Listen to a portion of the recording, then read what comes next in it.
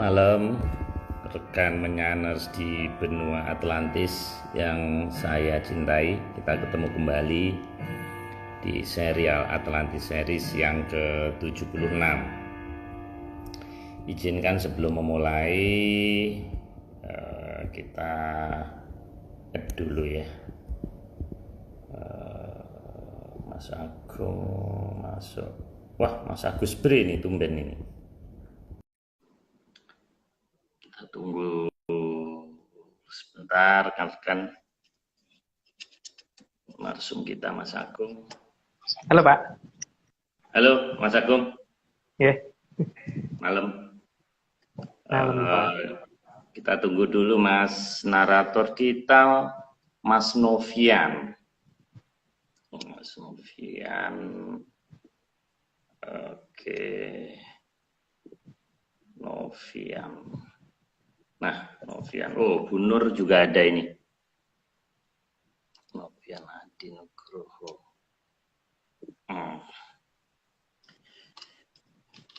Sebentar, Mas Agung. Hari ini Jakarta hujan terus, Mas Agung. Oh, enggak. Di tempat saya nggak begitu, Pak. Iya. Hujannya cuma sekali-kali aja, jadi tidak dari pagi sampai malam sih enggak, cuma berapa menit. Iya. Oke. Ini Mas Novian belum masuk nih.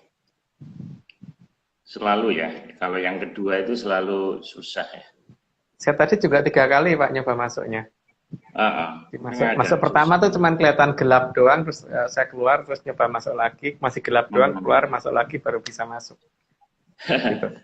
Mas Novian, tolong keluar dulu Mas. Mas Vian, terus masuk lagi. Ini saya invite beberapa kali nggak bisa.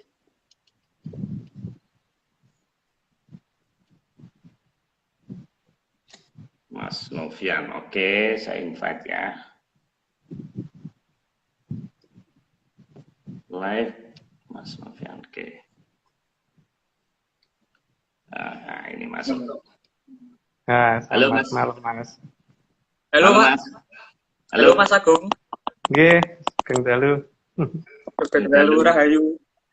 Ayo. Salam kenal Mas Novian. Siap, salam kenal Pak Marius. Oh. Waduh, Mas Novian posisi di panggilannya Mas Vian ya?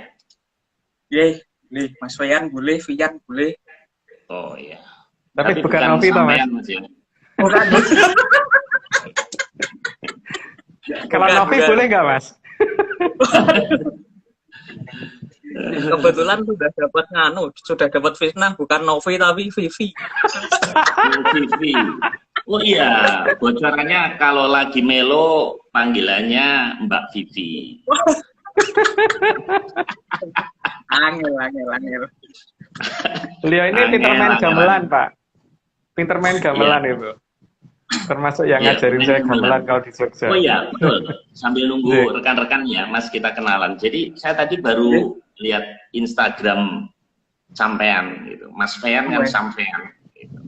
Nah, itu saya lihat ada suling Mas ya. Nah, konon bocoran menyan yang nyampe telinga saya nih, jenengan nih ahli kendang dan gamelan dan suling. Nah ini bisa kira-kira bisa diperformkan nggak sebentar? Oke, siap. Oke. Putus-putus ya kayaknya gambarnya dia. Gambarnya sih, tapi suaranya enggak sih. Suaranya enggak. Ya. Tapi gambarnya patah-patah. Ini suling. Wah, ini suling emas nih, Mas. Iya, Mas. Ini kalau di Bukek Siansu itu serial Bukek Siansu yang kedua nih, Mas. Bukek Siansu, suling emas. Tapi kalau keterusan nanti jadi cinta bernoda darah itu, Mas. Dan mutiara hitam. Wah, iya kan, itu kan serial Pendekar Pulau Es itu. Nah, sambil nunggunya ada 69 rekan-rekan, kita tunggu performan dari Mas Fean nih. Silakan Mas. Tapi ini Pak Marius, saya tuh ada 4 suling. Nah, ini mau pilih yang mana ini? Yang ini? Yang ini? Yang ini? Apa yang ini? Wedian, salah satu aja yang dipegang aja Mas, yang udah dipegang. Lah itu bedanya apa Mas? Saya nggak ngerti Mas. Gimana? Bedanya apa? 4 suling ini bedanya suaranya atau Nah, kalau apa? Kalau yang ini kebetulan yang paling panjang itu suling Sunda. Tapi yang ketiga ini bisa untuk main suling Bali, suling Jawa, suling Jogja pun juga bisa. Jadi gitu. Wah. Cuma bedanya di nadanya. Wah. Kalau yang di paling... Madiun itu ada namanya suling gading Mas, brem tapi Mas itu nggak bisa ditiup tapi dikemus gitu. Dimakan. Oh, tapi saya suka itu Pak bremnya Pak. Yang paling enak aja Mas, pakai suling yang mana Mas? Gitu. Oke, siap.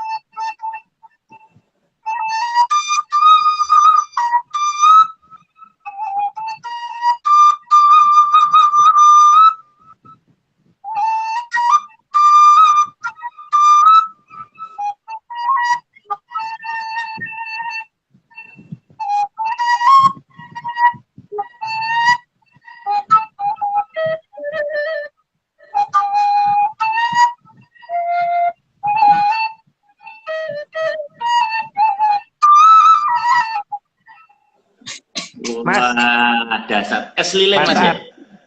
Es lilin. Itu kebetulan gabungan dari suling gaya Jawa, terus ini tadi saya tambahin es lilin, jadi itu tadi bisa main di gaya Jawa, bisa main di Sunda itu tadi. Mas, aku minta satu dong, minta satu dong Mas untuk ini apa namanya si gromilir coba Mas. Nah, tuh ujian. Oh, pasti bisa. Oke. Tapi ini ada salah-salah, mohon maaf ya Mas Agung. Oh, tak mungkin salah, yang salah itu saya malah. Dengan betul mungkin salah. Ada dosennya Mas Fian loh, ada Bu Nur Sudiati loh dari ISI. Kan sampean mahasiswa Karawitan tuh, Bu Nur nanti langsung dikasih A, lulus nanti. Siap. A-nya lulus apa A ampun, Pak?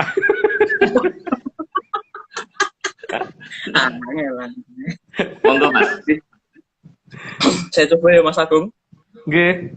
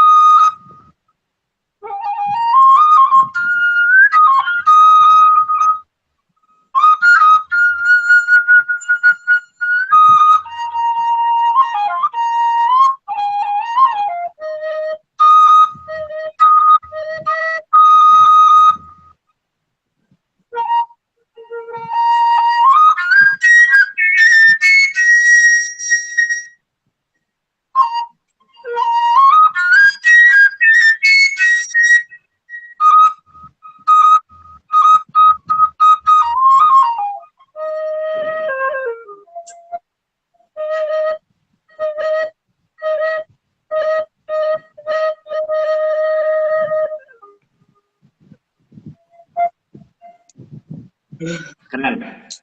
Apa Mas Agung? Ya, itu belajarnya dari mana sih, Mas? Nah, kalau untuk belajar, sebenarnya kalau untuk suling sendiri, saya itu dulunya secara otodidak. Jadi ketika di Sanggar, di rumah Cangkem itu, kebetulan kok Om Pardiman sama Unggul itu kok main suling.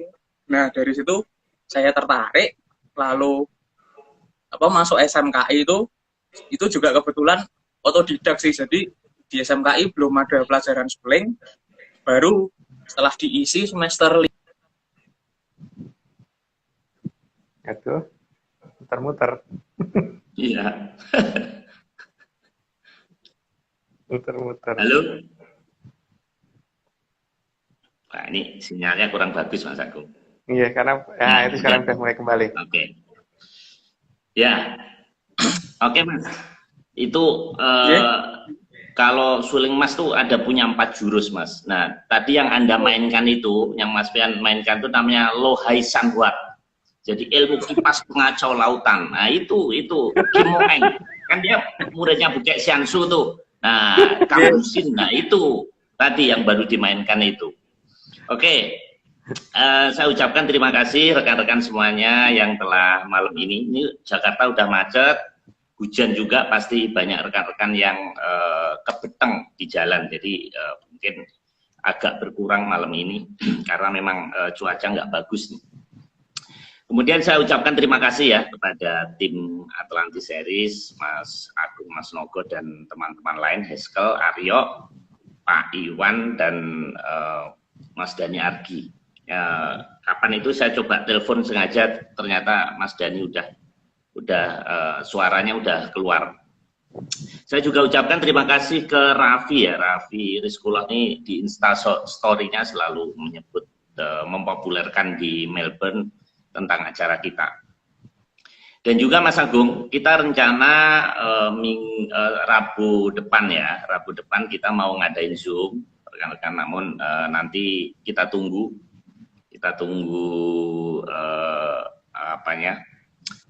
flyernya ya nanti Zoom, tapi tetap jam 9 Mas Agung ya. Ya. Tetap jam 9 tetap, namun formatnya Zoom. Tapi bagi rekan-rekan yang ingin tetap di Instagram juga bisa, tapi nggak bisa tanya kalau di Instagram karena sudah 3-4 bulan.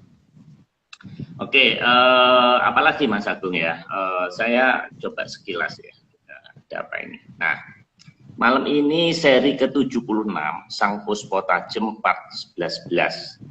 Kadya Pungkasaning Wilwatikta. Nah, ini ada beberapa rekan yang komentar, katanya ini Wilwatikta yang terakhir. Ada juga dari Bu Sri Murdiningsih ya, di YouTube. Terima kasih, katanya kaosnya cantik. Wah, itu bukan bikinan saya, Bu Sri, itu dari rekan-rekan tim Atlantis. Makasih sudah menerima kaos dari kami. Nah, ini Mas Agung, ada beberapa catatan dalam seminggu terakhir. Ini ada rangkaian catatan gempa di Ambarawa ya, itu berturut-turut. Ini banyak sekali, ini kiriman dari Mas Nogo dan rekan-rekan tim Atlantis nih. Nah, sampai 26 gempa. Nah, sumbernya dari BMKG tanggal 23 Oktober kemarin. Nah, ini 26 kali. Nah, ini di Serat Jangka Jayabaya ternyata sudah ada. Nah, ini Kacrita wonten Bengawan. Pan ing woro ketangga minggih mukti. Suli wirayat wau longsor pecahing hargo. Ingkang tirta amili awor lan lendut lan rawa pening bahrawa mubal geni keh jalmo. Nah, itu saya nggak ngerti artinya. Ya, jangan diartikan, Pak. Jangan diartikan, karena password itu tidak ada artinya. Kemudian ini kiriman dari Mbak Wijayana. Oke, terima kasih. Kita nggak putar karena waktunya habis. Masih banyak sih teman-teman yang mengirim, tapi saya rasa nanti kita bahas di Zoom Rabu menyan depan. Oke, Mas Novi, Mas Vivi. Ini Mas, ini Vivi kanan apa Vivi kiri nih Mas ini? Saya bingung. Karena kan ada 2 Vivi nih. Wah, udah 15 menit Mas, ini dimarahin teman-teman nih, udah 101. Nah, kita mulai, nanti kita bercanda sendiri. Ini mohon maaf saya nggak bisa lihat ininya ya, chat bawahnya. Sebenarnya saya pengen komentar, karena sekarang IG itu cuma 2 baris gitu. Jadi saya nggak bisa ngikutin komen-komen rekan-rekan. Silakan bereuni di chat di bawah. Silakan Mas, saya persilakan mulai slide pertama. Oke. Pertama, kesejukan dan kesucian air dari aliran Amartasari sangat terkenal di banyak negara lain, sehingga membuat beberapa orang dari negara lain menginginkan juga air suci tersebut. Ya, dalam hal ini tentu bisa kita lihat ini ya, di beberapa negara bahkan berusaha mengcopy gitu. Ya, meniru. Kalau saya pikir gitu ya. Tapi kan mereka merasa bahwa asalnya dari mereka, yaitu itu hak mereka. Tapi kalau misalkan asal dari mereka, air yang sebersih itu di negara dia nggak ada seharusnya gitu. Tapi ya hanya di negara kita, itu versi saya. Oh iya, tapi sebelumnya ini harus diingat ya, ini adalah dongeng. Jadi yang namanya dongeng itu jangan dipercaya gitu. Jadi untuk disclaimer dulu di awal saya ngomong ini dongeng. Dongeng itu tidak boleh dipercaya. Tapi kalau percaya monggo. Tapi yang jelas ini bukan untuk dipercaya. Itu ya. Oke, lanjut dulu Mas. Oke. Kedua, aliran Amartasari ini dijaga sangat ketat sehingga tidak semua orang bisa mendekati aliran tersebut. Ya, kalau tidak dijaga pasti kelihatan nama kita sekarang nih paling tidak. Makanya dijaga ketat supaya tidak kelihatan. Dan ini Mas Vivi kiri dan Vivi kanan lagi muter-muter.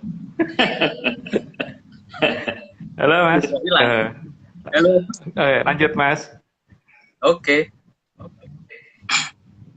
Namun di perbatasan bagian barat dari Sungai Brantas ada sebuah desa yang tidak dijaga. Karena semua masyarakat di desa tersebut tidak akan mengizinkan orang asing masuk dan mendekati aliran Amartasari atau Sungai Brantas. Ya, ada wilayah itu harusnya ada di Barat Brantas ya. Nah, untuk namanya mungkin di berikutnya, oke, nanti nantinya. Ada satu wilayah ada di Barat Brantas yang nantinya akan daerah itu tidak dijaga karena memang masyarakatnya juga sudah menjaganya sangat ketat. Lanjut, Mas. Keempat, suatu ketika ada seorang utusan yang menyamar menjadi seorang yang dituakan mendatangi desa tersebut. Tentu mengerikan sekali ya, ini nyari gambarnya. Oke, lanjut. Kayak Pak Marius bukan? Enggak ya? Oh iya. Kalau saya habis IG live, bentuk saya seperti ini, Mas. Oke, lanjut dulu. Oke. Yang kelima, anggap saja nama orang itu adalah Sumundur. Dia sangat ingin mendapatkan air suci dari aliran Amartasari. Karena Sumundur mendengar tentang keberadaan masyarakat di sekitar aliran Amartasari yang menjadi sakti saat bersinggungan atau bersentuhan dengan air suci tersebut. Ini namanya bukan nama sebenarnya. Karena kalau nama sebenarnya nanti tidak jadi rame. Cuman ini jangan dibalik ya. Ini Sumundur jangan dibalik jadi Mundursu gitu ya. Mungkin dilanjut. Yang keenam, maka Sumundur mencoba mendekati salah seorang perempuan yang sedang mencuci baju di kanal sisi barat yang membatasi aliran Amartasari. Sumundur berpura-pura kehausan dan kemudian meminta minum. Nah, itu hanya untuk alasan. Jadi supaya bisa mendekat, kan masih ada kanal yang harus diseberangi lagi kan, dan di kanal itu kebetulan ada perempuan yang sedang menjaga di situ. Ya bukan menjaga sih, lagi nyuci. Pura-pura haus, pengen minta minum, tapi dikasih air dari situ nggak mau. Mintanya air yang dari sana. Lanjut dulu, Mas. Oke, ketujuh. Di luar dugaan, ternyata perempuan yang dimintai minum tersebut justru marah dan mengusir Sumundur. Ya di luar dugaan kan biasanya orang itu nggak dikasih minta minum gampang. Karena ini masalahnya kan memang ya lucu sih, ada tempatnya sendiri yang untuk sudah disediain buat apa kendi-kendi untuk minum, kok malah minta minum dari air yang dari sebelah yang agak jauh kan, memang ya mencurigakan memang, jadi ya diusir sama perempuan tadi. Lanjut Mas.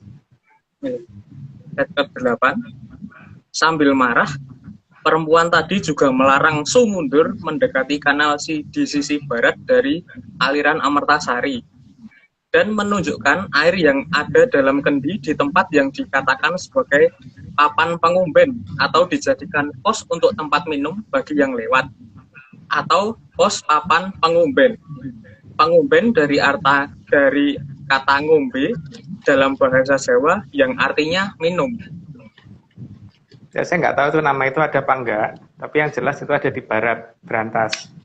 Dan tempat untuk minum tuh ada dan sangat dekat, tapi karena orang ini aneh, makanya minta air dari yang di seberang sana, karena kan untuk mencapai ke aliran Amertasari harus menyeberangi kanalnya dulu, dari kanalnya baru bisa ke aliran Amertasari. Nah ini kan lucu kalau misalkan di pinggir aja sudah ada banyak kendi-kendi yang ditaruh untuk orang kalau kehausan minum, kok malah minta dari sana. Gitu, maka sambil diusir, sambil disuruh minum itu ada tempatnya kok minum dari tempat yang lain, minta yang lain. Dan apakah nama papan pos pengumben itu ada apa enggak, saya nggak ngerti. Tapi ya seharusnya itu ada di barat Brantas. Lanjut Mas. Oke. Slide ke-9, karena gagal mendapatkan air dari aliran Amertasari, Su mundur marah lalu mengambil kendi dan melempar ke perempuan tersebut. Ya ini memang tambah aneh kan sebenarnya, kalau memang haus kan harusnya diminum dari, ada air kok nggak diminum malah dipecahin gitu. Lanjut Mas. Ke-10, Su mundur juga memecahkan semua kendi yang ada di situ. Situasi menjadi tegang sehingga penduduk desa mulai berdatangan.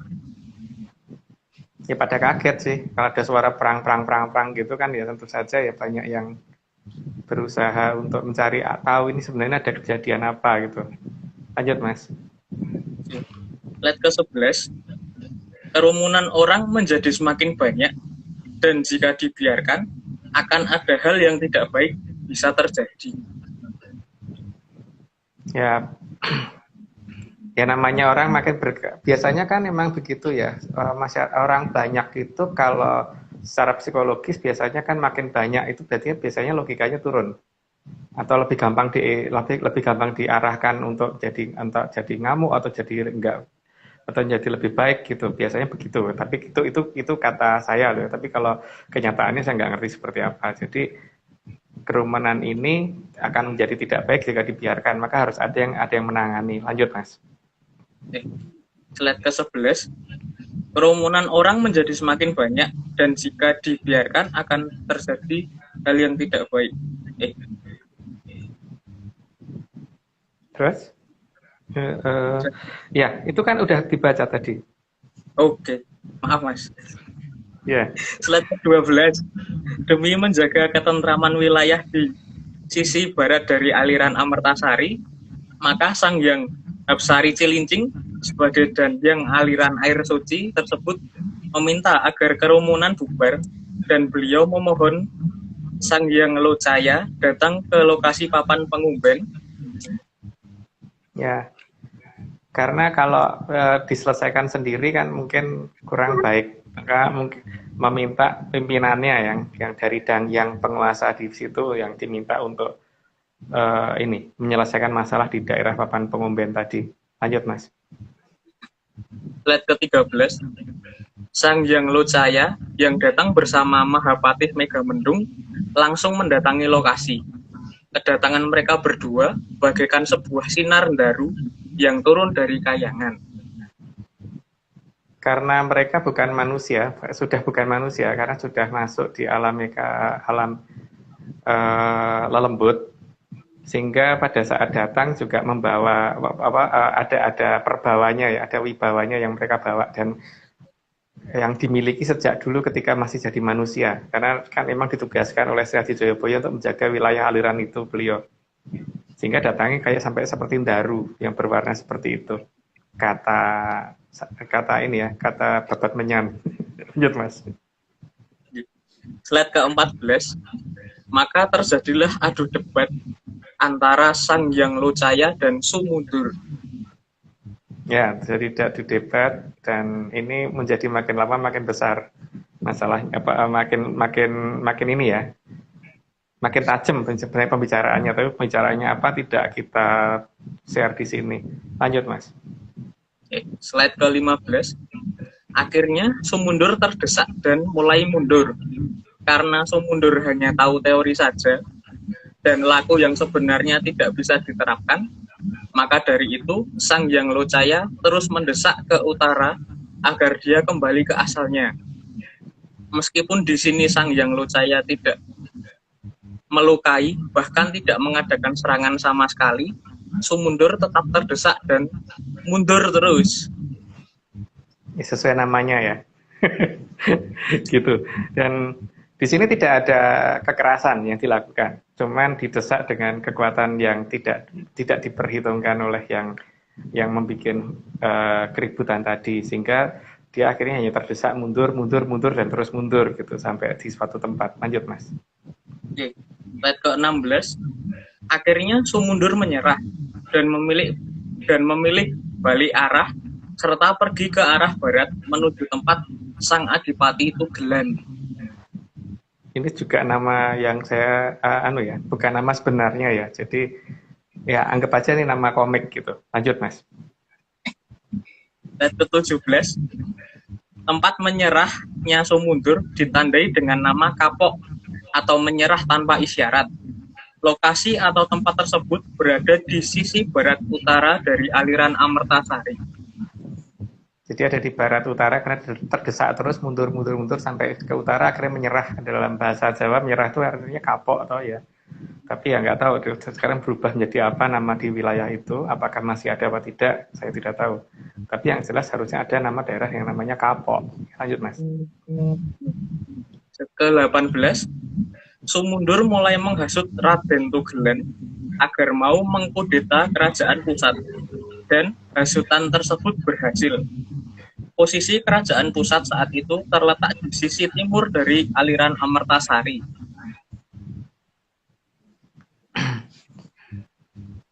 Itu cerita dongeng ya, jadi tidak wajib dipercaya. Lanjut, Mas. Slide ke-19. Mereka berdua mulai merancang suatu rencana agar bisa mengerahkan pasukan ke timur. Karena mereka tahu kalau itu akan sangat dilarang, maka mereka merencanakan untuk mengadakan acara ritual khusus yang harus diikuti oleh pengikut dari Raden Tugelan di daerah sisi timur dari aliran Amertasari. Dan di sana sudah dipersiapkan berbagai macam senjata. Dalam strategi mereka, pasukan yang datang pun harus tidak tahu kalau akan disuruh mengadakan serangan.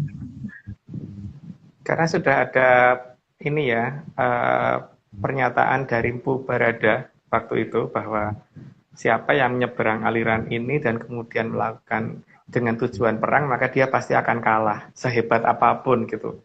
Maka di sini tidak ada yang berani melanggar. Berarti kalau menyeberang seharusnya tidak menggunakan alasan akan perang, maka yang diseberangkan tidak boleh diberitahu kalau dia akan mengadakan serangan. Lanjut, Mas. Slide ke-20. Raden Tugelan meminta izin ke Keraton Pusat agar diizinkan mengadakan acara ritual di sisi timur dari aliran Amertasari. Raden Tugelan juga menyeberangkan para pengikutnya yang di barat menyeberangi aliran air Amertasari di sisi timur. Sebenarnya cukup curang sih ini, tapi ya itu sudah pernah anggap aja itu dongeng. Tapi yang paling jelas di sini adalah ada dua kejadian kebetulan di pusat kerajaan itu. Yang pertama tentang akan adanya hari besar yang akan dilakukan sehingga ada alasan untuk mengadakan ritual. Yang kedua memang di kerajaan tersebut sedang akan ada persiapan untuk pernikahan putra mahkota. Sehingga ada alasannya jadi tambah kuat kalau alasannya mendatangkan orang untuk bantu persiapan. Gitu, lanjut, Mas. Oke. Slide ke-21. Penguasa pada masa itu tahu dengan pasti bahwa yang menyeberang aliran Amertasari dengan tujuan berperang pasti akan apes oleh kekuatan dari Amertasari. Oleh sebab itu, Raden Tugelan dan pengikutnya diizinkan menyeberangi aliran tersebut dengan dijaga ketat pasukan di sepanjang aliran.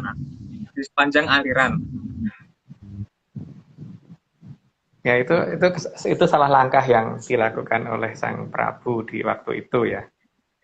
Sehingga mengizinkan, harusnya kan tidak diizinkan. Lanjut, Mas. Slide ke-22. Sebenarnya hal tersebut sudah diprotes oleh Sang Hyang Lodaya. Tapi sayangnya Sang Mahaprabu tidak awas dan kurang waspada. Sehingga beliau tetap mengizinkan Raden Tugelan menyeberang. Bersama pasukannya ya, bukan hanya Raden Tugelan aja. Jadi di sini sebenarnya sudah ada peringatan, tapi karena dianggap sebagai putra angkat dan memang ada hajatan besar nantinya di sana, maka diizinkan. Walaupun sebenarnya sudah diberitahu oleh Sang Hyang Lodaya yang seharusnya sudah mengerti bahwa ini akan terjadi masalah besar. Lanjut, Mas. Slide ke-23. Ketidaksetujuan dari Sang Hyang Lodaya menjadi terabaikan dan peristiwa ini akan menjadi titik balik dari sebuah kejayaan. Hal ini juga membuat Sang Hyang Lodaya marah dan akhirnya beliau memilih untuk pergi serta tidak menasihati lagi. Karena beliau tahu konsekuensi yang akan terjadi kan, jadi beliau lebih baik pergi daripada bicara juga tidak didengarkan. Lanjut, Mas. Slide ke-24. Sehingga banyak dari pasukan Raden Tugelan yang berhasil menyeberang ke sisi timur dari aliran Amertasari. Ya, itu akhirnya terjadi penyeberangan. Lanjut, Mas.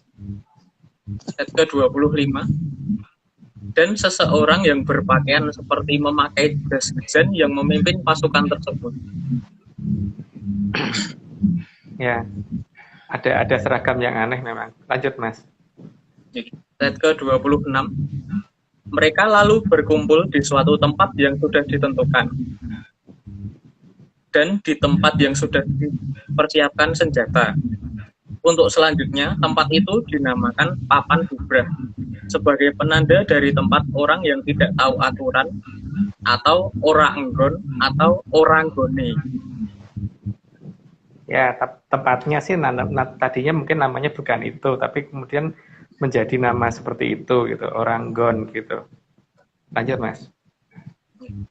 Slide ke-27. Di tempat itu juga mereka ditipu agar mau berperang oleh orang yang di daerah tirai bambu. Maka dikatakan sebagai bambu ngapusi. Diapusi bambu ya tepatnya. Diapusi bambu. Oke, lanjut, Mas. Slide ke-28. Rencana penyerangan dilaksanakan bersamaan dengan pernikahan putra mahkota dari keraton pusat. Sehingga pasukan yang datang tidak dicurigai akan menyerang. Selain itu, mereka juga sudah kebal senjata selama 40 hari karena sudah mandi di aliran Amertasari. Karena pada saat mereka menyeberang aliran, saat itu mereka tidak ada niatan untuk berperang, maka sabda dari Amertasari tidak mengenai mereka. Jadi, strategi mereka menyeberang adalah dengan niat ritual dan merayakan perayaan pernikahan sang putra mahkota. Jadi betul-betul memang tidak tahu ya pada saat mereka akan menyeberang itu akan melakukan apa gitu. Sehingga mereka hanya punya dua tujuan, merayakan hari besar sama akan ikut berpartisipasi dalam acara yang hajatan di keraton pusat gitu. Ikut meramaikan itu gitu kan. Jadi mereka juga tidak tahu, karena tidak tahu maka mereka tidak terkena kutukan untuk untuk menyeberang untuk perang. Itu tidak terkena itu, sehingga mereka malah kebal senjata. Lanjut, Mas. Slide ke-29. Sang Raden Tugelan juga akan ikut mengiringi proses pernikahan sang putra mahkota. Sehingga keberadaannya ada di dekat sang putra mahkota karena sudah dianggap sebagai adik yang sangat disayangi.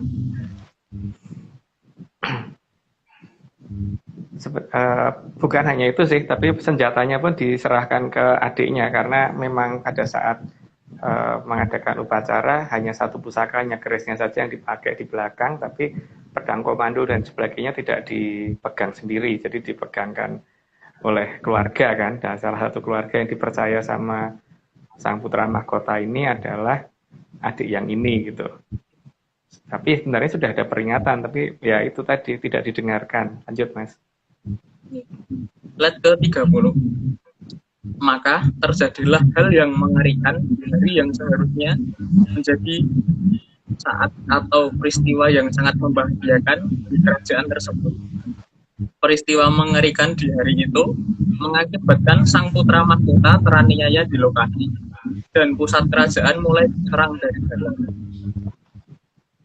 Itu cerita ya, jadi jangan kebenaran gitu. Karena tapi ada satu cerita yang mirip, tapi tidak di wilayah mendekati Amartasari ya. Ada di wilayah dekat Jawa Tengah, tapi ya, di daerah mana saya lupa itu. Yang jelas ada nama ketawang-ketawangnya gitu. Kalau nggak ada ambar-ambarnya gitu. Dan di sini ini cuma suatu cerita, jadi ya anggap aja dongeng aja gitulah. Oke, lanjut Mas. Slide ke-31. Dalam serangan tersebut, pasukan penyerang semuanya kebal senjata selama 40 hari karena sudah mandi air suci dari aliran Amartasari. Sehingga pasukan dari kerajaan pusat memilih untuk menyingkir dari Sang Mahaprabu diamankan dan pergi ke arah danau besar yang berada di sisi timur dari kerajaan dengan maksud menghubungi Adipati Klungkung agar menasihati Raden Tugunarti. Sebenarnya di dalam kasus ini pihak dari sang putri yang sebetulnya umurnya juga lebih tua dari putra mahkota itu sudah memberikan peringatan karena memang ya pertitis sekali orangnya. Jadi dia sudah berkali-kali, kalau nggak salah mulai dari 2 bulan sebelumnya itu sudah diingatkan sekali tuh bahwa jangan pernah menitipkan pusakanya sendiri karena beliau kan memang hanya bisa dibunuh dengan menggunakan pusakanya sendiri. Selain itu, pusakanya sendiri dia nggak akan bisa karena memang kebal senjata sang putra mahkota itu. Dan kondisi itu sayangnya tidak didengarkan. Dan maka terjadi hal seperti itu, maka terpaksa sang Mahaprabu begitu peristiwa itu terjadi karena pamong dari yang menyerang itu dulu adalah salah satu adipati di dekat satu danau besar yang ada di timur dari kerajaan tersebut, maka beliau berusaha mendatangi wilayah itu supaya sang adipati mau datang untuk menasihati kesalahpahaman ini gitu. Lanjut Mas. Slide ke-32. Sang Mahaprabu berusaha menghubungi Adipati Klungkung di Kadipaten Garuda yang pusat kerajaannya berada di kota Bali, Bandung. Kadipaten Garuda itu mungkin kalau salah ngucap mungkin huruf terakhir bisa hilang ya. Kalau huruf terakhir hilang nggak tahu tuh jadinya apa itu, Garu atau Garut atau apa itu. Nah, itu ada di sisi timur dari danau besar yang ada.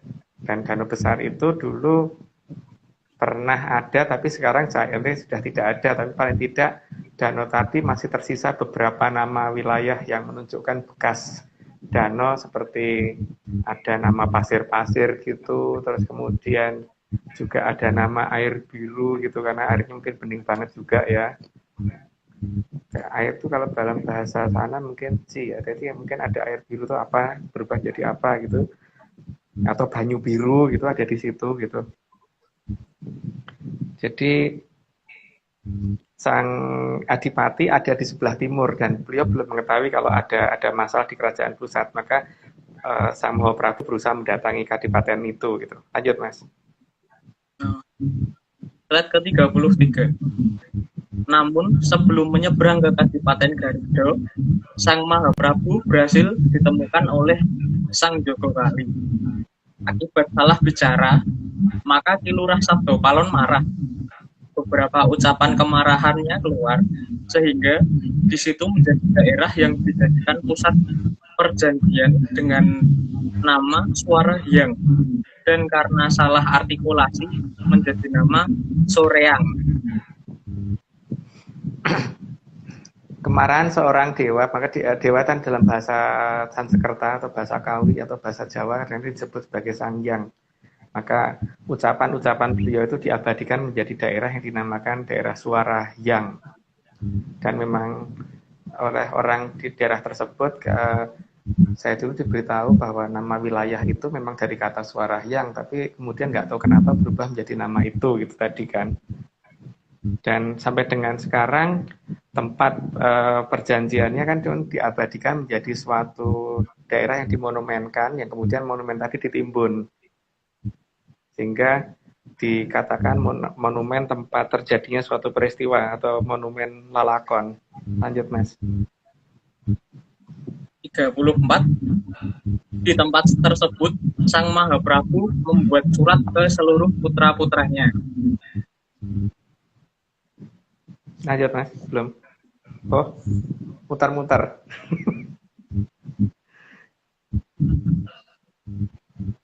Halo. Karena mereka kebal semua senjata, Sang Mahaprabu tidak mau semua putranya celaka. Ya di situ maka membuat suatu surat untuk melarang, jadi semuanya pada dilarang semua untuk mengadakan serangan balik gitu kan. Dan surat itu kemudian akhirnya dikirim. Lanjut Mas. Surat ke-35. Surat tersebut dikirimkan, dan semua putra-putra yang menerima surat tersebut memberi nama daerah itu dengan nama Dawuhan, sebuah perintah dari sang orang tua yang harus diikuti. Dalam bahasa Jawa dan bahasa Kawi, perintah itu berarti dawuh. Nah, dawuh itu kalau diberi dawuh karena dawuh yang sudah diberikan itu kan dikatakan dawuhan, kedawuhan atau mendapat suatu perintah itu kedawuhan. Dan dawuh itu kalau dari seorang Mahaprabu itu berarti tidak akan ada tawar-menawar, jadi harus hanya diikuti atau ya hanya harus diikuti gitu kan. Dan para putra ngerti persis bahwa maksudnya beliau itu tahu kalau misalkan ini diadakan serangan di saat ini tidak baik, yang terjadi mungkin tidak baik, maka diminta untuk menunggu waktu di saat yang tepat gitu, sehingga akhirnya mereka merasa mendapatkan perintah dan mereka kemudian mengurungkan untuk mengadakan pukulan balik dan menunggu waktu yang tepat gitu Mas. Mau dilanjut. Slide ke-30. Maka para putra dari berbagai wilayah menunggu dengan waspada dan akan mengadakan serangan balik di hari yang ke-40. Karena memang sudah diketahui bahwa mereka hanya akan kebal selama 40 hari. Jadi setelah hari ke-40 akan diadakan pukulan balik dan semuanya mundur dulu gitu kan. Sehingga ya memang tidak pada sabar menunggu kejadian tersebut, tapi emang harus diikutin daripada nanti terjadi korban yang lebih banyak. Dan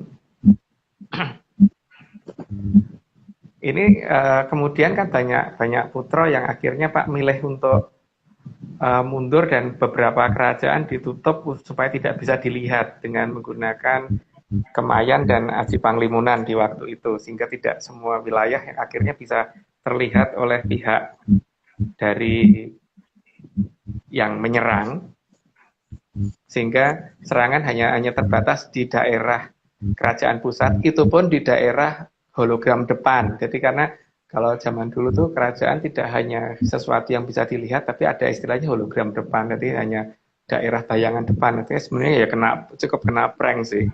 Lanjut Mas. Slide ke-37.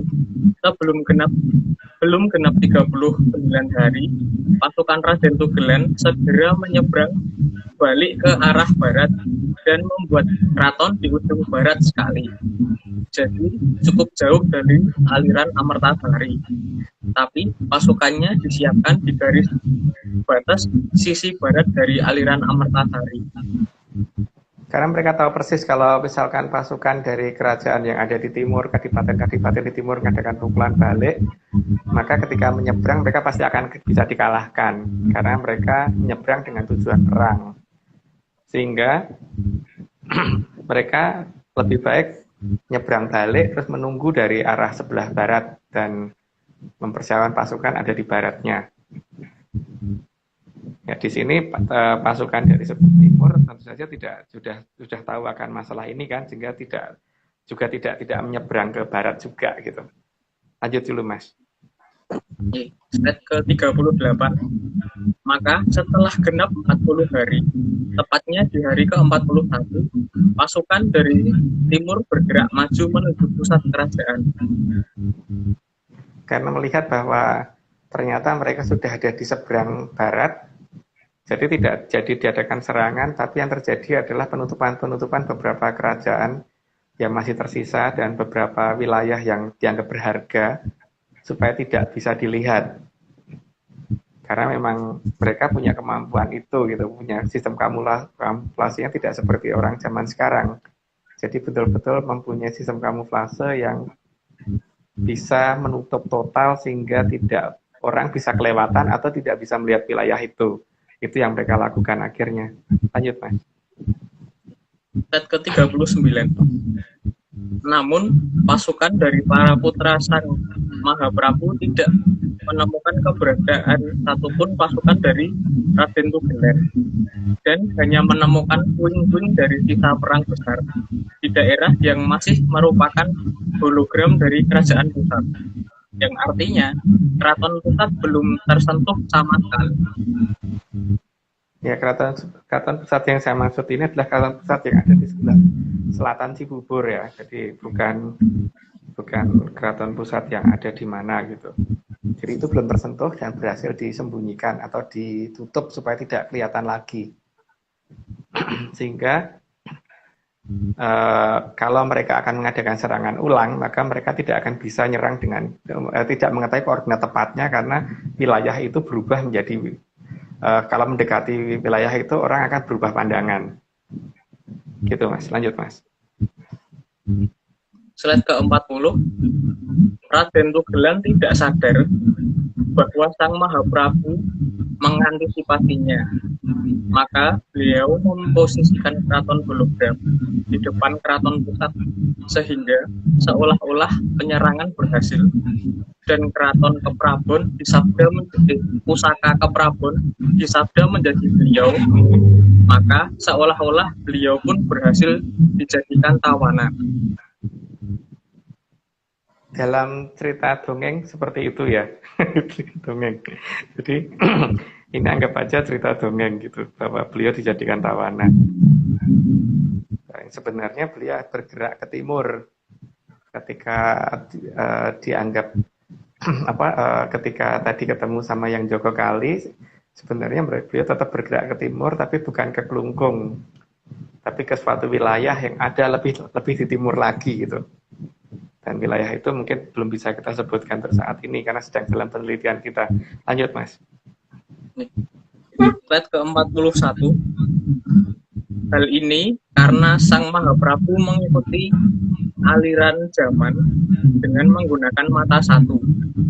Sang Mahaprabu tahu bahwa jangka memang harus berjalan dan tidak mau melawan Sang Hyang Kotowinangi.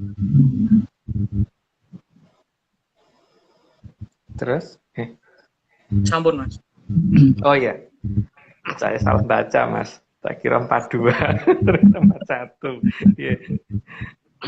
Ya memang beliau orang yang sangat mengerti ini karena memang leluhur juga sudah memberikan patokan-patokan berupa serat-serat kuno yang untuk di Pustaka Raja Purwa, di beberapa jongko dari para leluhur dari sebelum beliau itu sudah diberikan patokan bahwa besok akan terjadi ini gitu. Cuman ya yang namanya manusia ada tidak waspadanya ya. Dan sebenarnya juga sudah mendapat peringatan juga dari Sang Hyang Losoyo.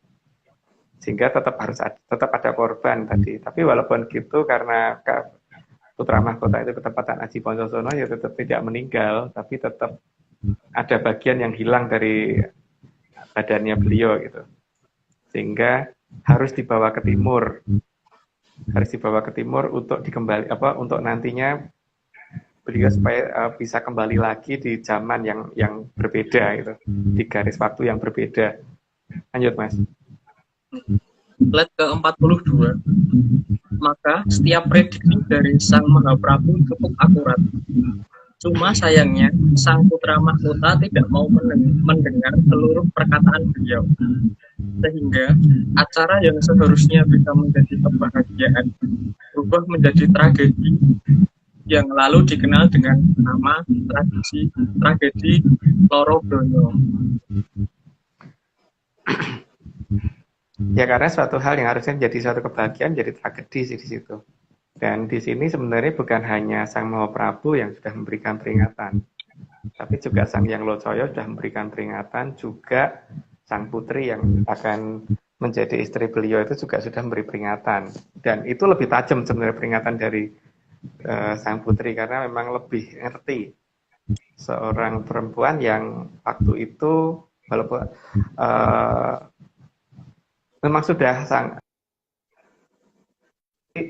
beliau tidak terkena prematur aging, Pak Maris muter-muter, tidak terkena prematur aging karena memang sangat mengerti bagaimana zaman itu berjalan, sehingga beliau juga bisa mengerti bagaimana mempertahankan diri supaya tidak menua dan tetap pada wajah di usia yang menjadi titisannya Betari Kanastren gitu, di usia segitu gitu. Sehingga tetap cantik dan tetap muda dan tidak terlihat tua, tapi kemampuan yang luar biasa sekali. Lanjut, Mas. Slide ke-43. Sampun celak ing wanci Sang Para Pentana arsa andamel bilang kencanane kamulyaning ing Tribhuwana. Kalau ini tidak diterjemahkan ya, karena ini hanya untuk pernyataan dari saya kepada yang memberitahu saya bahwa sudah diceritakan di sini, dan semoga cerita itu tidak didengar orang gitu. Tidak diperhatikan, karena saya pikir juga tidak begitu, tidak harus diikuti sih. Jadi ini cuma dongeng gitu ya. Gitu, Mas. Oke, Pak Marius, ini sudah sampai 43, berarti gambar berikutnya itu kita selalu mengingatkan bahwa memang sudah ada dalam Serat Jongko itu bahwa besok akan ada yang namanya Kumambange Watu Hitam dan Sileme Prahu Gabus, dan akan munculnya 3 kerajaan besar, maka dilambangkan dengan 3 tangan itu. Dan yang penting berhati-hati ya dengan yang namanya Daru Beksi, karena dahulu Kang Tumekeng ing tanah Jawa nononan sansaya dangu sansaya andodro itu sudah menjadi sabdane para luhur. Tapi ya itu tidak untuk nakut-nakuti masyarakat ya, jadi hanya untuk supaya bisa eling lan waspada. Jadi supaya bisa waspada dengan apa yang akan terjadi, dan semoga bisa berjalan seperti apa yang sudah direncanakan leluhur gitu. Gitu, Pak Marius. Oke. Makasih Mas Agung. Loh, balik lagi. Ya. Mas, ini saya sambil invite nih yang ngawur ini. Siapa tahu bisa masuk, ini saya random. Karena beberapa kali kan kemarin nggak bisa ya. Saya mau tanya ke Mas, bukan tanya, ada saran ini dari ada yang menyarankan saya. Jadi Instagramnya Mas Vivi ini ada 105, tapi yang nyuling cuman 1. Nah itu harusnya 2. Nah itu apalagi kendangnya nggak ada, Mas ya? Itu edisi khusus itu, Pak. Oh, edisi khusus. Nah, sebetulnya kalau Mas Vivi ini lebih menonjolkan keahliannya, itu Instagramnya makin bagus, Mas. Siapa tahu nanti Anda ngetop kayak Ali Mbak Tak itu. Mas Vivi ya. Tadi Mas Vivi ini Mas Vivi itu tadi katanya kuliah di SMKI ya Mas ya? Itu di SMKI Solo Mas? Kuliahnya di ISI. Enggak, yang dulu sekolahnya. Oh iya, di SMKI. Di Solo. SMKI Jogja. Oh Jogja. Oh Jogja, oh saya pikir Solo yang jalan ke Punton itu, bukan Mas ya? Bukan Pak. Kebetulan SMKI itu ada 8 di Jogja. Dan saya di SMKI Jogja. Oh, oke. Mas, ini ada yang masuk satu kok gelap lagi nih. Kenapa ini? Nah, Anda beruntung Mas, dapat menyan. Dapat menyan lagi. Dapat kaos 100% menyan. Nah, Mas Vivi udah dapat kaosnya belum Mas? Belum. Wah. Tapi kelihatannya OTW Pak. Oh iya, OTW. Ya, ini ukurannya besar nih. Nah, ini Mas siapa nih? Untung Jati tadi Mas ya? Betul ya? Iya. Ini termasuk salamnya. Oh salam. Ini jenengan itu sudah 1 tahun juga saya amati akun jenengan itu selalu ini ya ikut ya. Jadi memang sudah selayaknya. Sudah ke 76 baru kali ini dapat kaos Mas. Tapi ya itu lebih mahal pulsanya daripada kaosnya. Kaosnya 80.000, pulsanya udah habis ratusan ribu Mas ya. Nah, coba ada narasumber kita Mas Entung. Silakan kalau ada pertanyaan. Mas Entung posisi di mana? Kang Entung. Saya di Pati, Pak. Pati. Oh, Pati banyak entungnya, Mas ya? Banyak entung di sana ya? Banyak pohon jatinya, Pak. Oh. Oh, digoreng enak itu Mas, dibikin peyek, Mas. Ya. Oke, Mas, silakan. Mumpung bisa ketemu dengan narsum kita, ada pertanyaan satu saja.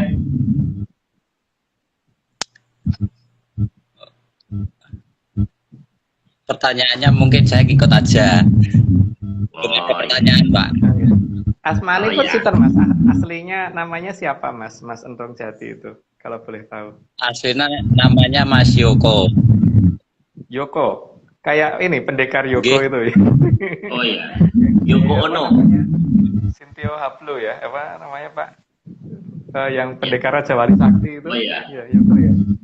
Itu. Yang di Indonesia Andi itu, Lau. Pak. Andi Lau. Iya. Saya Adi.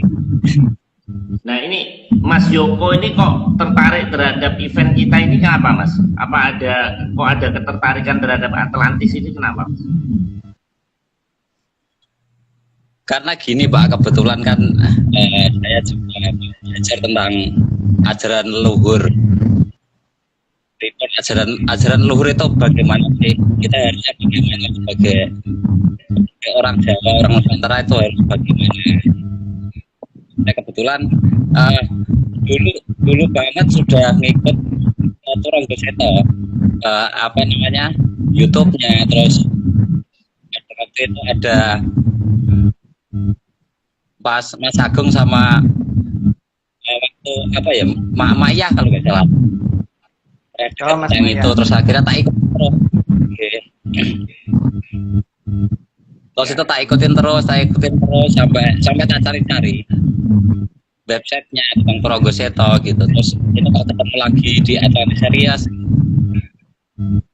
Jadi penggemar setia sama Boto Agung. Oke, Mas. Terima kasih Kang Yoko. Anda sudah bisa jadi narsum. Coba ngelamar ke Bu Nur, ngambil doktor di ISIL, nanti langsung bisa nanti itu. Anda udah bisa menceritakan itu apa namanya teori-teori itu sudah bisa dokter Mas. Nah, nanti bisa ngalahin Mbak Vivi nanti. Mbak Vivi kan masih S1. Nah, nanti langsung ngelamar ke Bu Nur jadi S3. Oke, makasih ya Mas Agung. Jadi kita tetap Zoom ya Mas Nogo. Kita Rabu depan rekan-rekan nanti tunggu judulnya apa. Dan nanti saya minta ini transkrip apa summarize press release untuk media.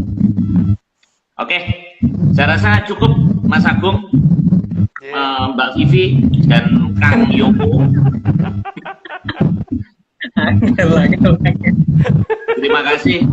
Ini saya udah ngantuk ini malam ini dingin sekali dan saya belum makan juga. Gitu. Jadi mungkin mau kerokan ini Mas, gitu mau udah dunia orang Jawa kalau nggak kerokan nggak enak bener nih, ya belum diakui.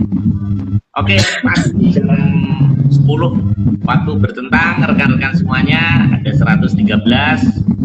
Mohon maaf apabila ada kekurangan, ada sinyal kurang bagus dan saya ucapkan terima kasih terhadap rekan-rekan pendukung acara ini, terutama Mas Ilustrator, Mas Iwan yang misterius, lebih misterius dari Mas Agung dan Mas Nogo karena saya sendiri belum tahu bentuknya kayak apa. Kalau Mas jadi kita ini semuanya nggak tahu nih bangsa lembut Mas, nggak pernah tahu, nggak pernah ketemu ya kayak begini aja. Ini bentuknya Mas Vivi ini aslinya kayak gini atau enggak saya nggak ngerti saya.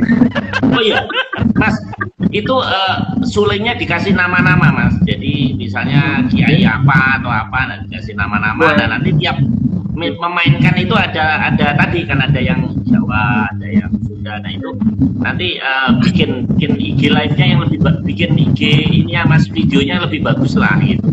Itu udah sayang kan nggak semua orang bisa gitu Mas. Oke. Tapi ya, untuk penamaan saya harus tanya sama Mas Agung juga gitu. Oh iya, iya harus lewat menyan itu Mas gitu.